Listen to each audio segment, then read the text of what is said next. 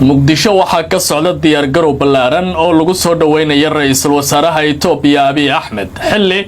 labada dal ay doonayaan inay soo gabagabeeyaan khilaafka diblomaasiga ah ee muddada dheer u dhaxeeyay kaasi oo ku saleysnaa damacii Abiy Ahmed ee lagu tilmaamay inuu ahaa mid qar iska tuurnimo ah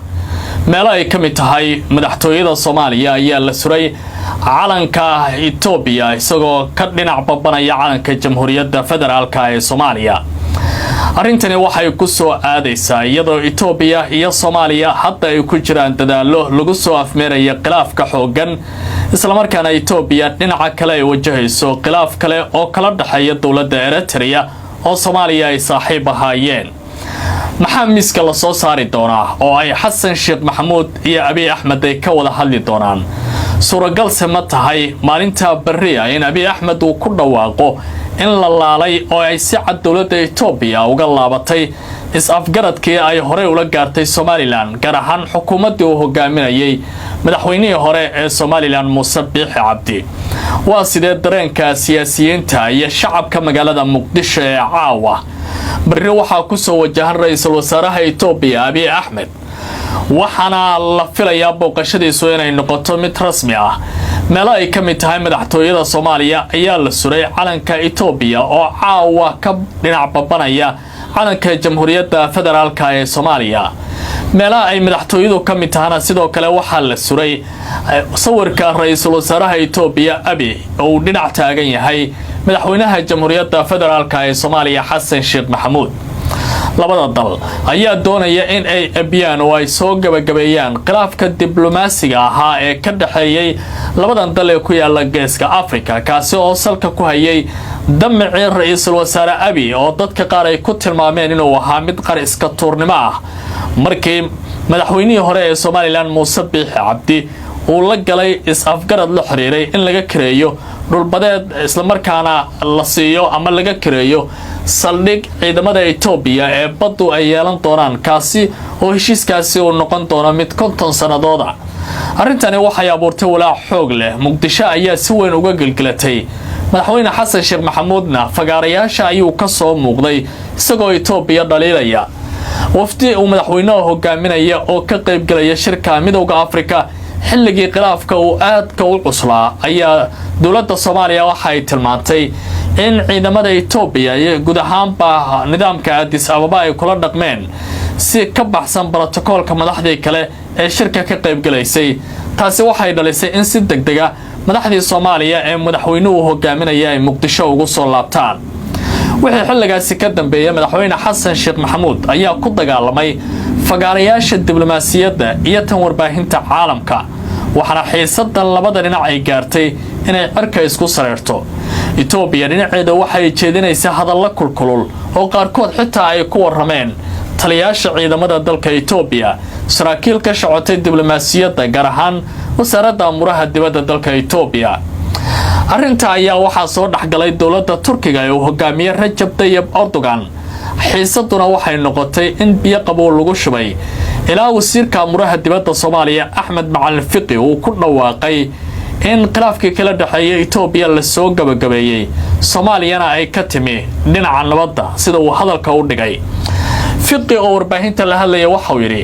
diblomaasiyaddu ma aha in budweyn sidato oo mar walba diyaar ku jirto dagaal ku jirto diblomaasiyadda xitaa waxa loo adeegsadaa buu yiri inaad nabadda qaadato taasi oo macnaheedu ahayd Soomaaliya inay tanaasul samaysay hadda Abiy Ahmed waxa uu imaanayaa Muqdisho waxa ay warar ku sheegayaan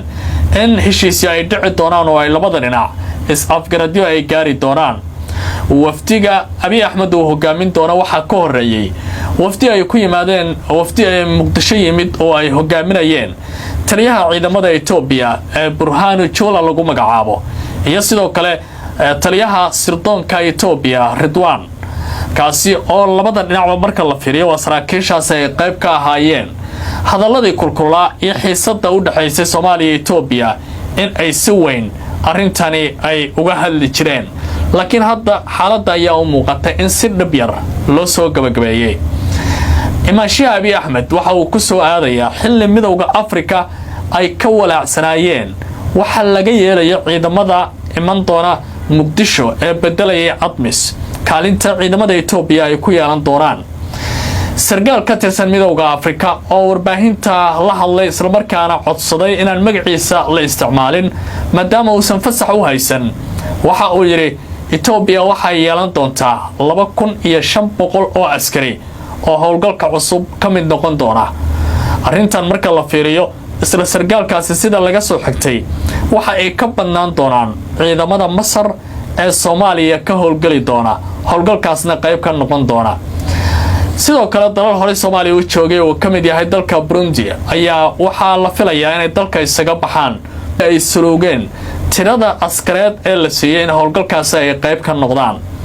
haddaba maxaa la filayaa bari inay isbedelaan lahjadihii lagu wada hadli jiray ayaa guud ahaan isbedelaya Ethiopia markaan waxay raadinaysaa galaangal xoog leh inay ku yeelato siyaasadda geeska Afrika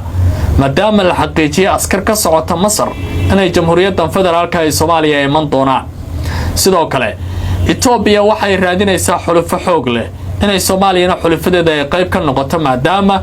jeerkan ay hayaan siyaasad fawarqe madaxweynaha jamhuuriyadda Eritrea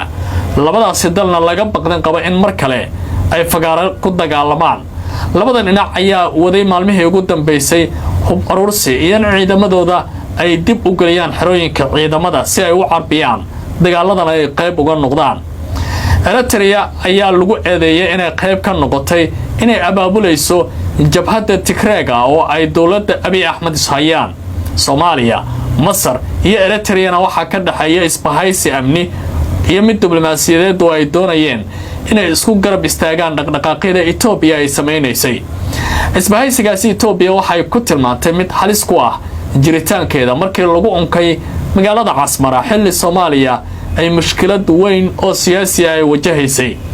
dhinaca Eritrea ayaa horey u sulugtay hanaanka Soomaaliya ee la xiriira wada hadallada ay la furtay Ethiopia ee ka dhacay magaalada Ankara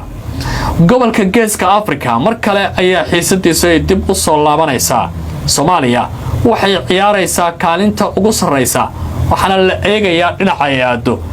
Eritrea waxay markaan u arkaysaa Soomaaliya in ay kaga tagtay fagaarihii shalay ay ku garab istaagtay Casmara xilli Muqdisho ay garab u baahnayd qadaabka madaxweyne Xasan Sheekh Maxamuud ee diblomaasiga ah ee bari markii Abiy Ahmed uu soo dhaweeyo wax badan ay fasiri doonaan warbaahinta adduunka dib ayaa loo eegi doonaa sooyaalkii labadan dal taariikhda colaadeed ee ka dhaxaysay iyo waliba xiisadda diblomaasiyadeed ee labada dhinac ee ka dhax jirtay muddo iyo sida Turkiga ugu guuleystay in la soo gabagabeeyo lama oga gudiyada farsamada inay ku laaban doonaan Ankara oo ay si wada doonaan wada hadallada iyo in bariba la shaacin doono in si rasmi ah loo heshiiyay isla markaana waxyaabo badan warbaahinta loo dusin doono waynu eegi doonaa wixii ka soo kordha laakiin su'aalo badan ayaa iman kara Abiy Ahmed oo shalay Eritrea saaxiib la noqday maantana ay hayaan Soomaaliyana ay shalay hayeen maantana ay saaxiib noqdeen sidee lagu aamini karaa suuragal sama tahay wax kasta oo lagu heshiiya sidii loogu talagalay inay u fuli doonaan su'aalahaasi ayaa noqon karaya kuwa hagi doona mustaqbalka xiriirka Soomaaliya iyo Ethiopia sida diblomaasiyiintu ay wax badan ku fasirayaan akhirtan la socotay waynu eegi doonaa kulamadaasi waxa ka soo baxa iyo khudbadaha la jeedin doona intaba laakiin adiga aragtidaada markaad eegto maxaad ka filaysaa kulanka bari iyo sida la yaab kale ee la filayo Abiy Ahmed in loo soo dhaweeyo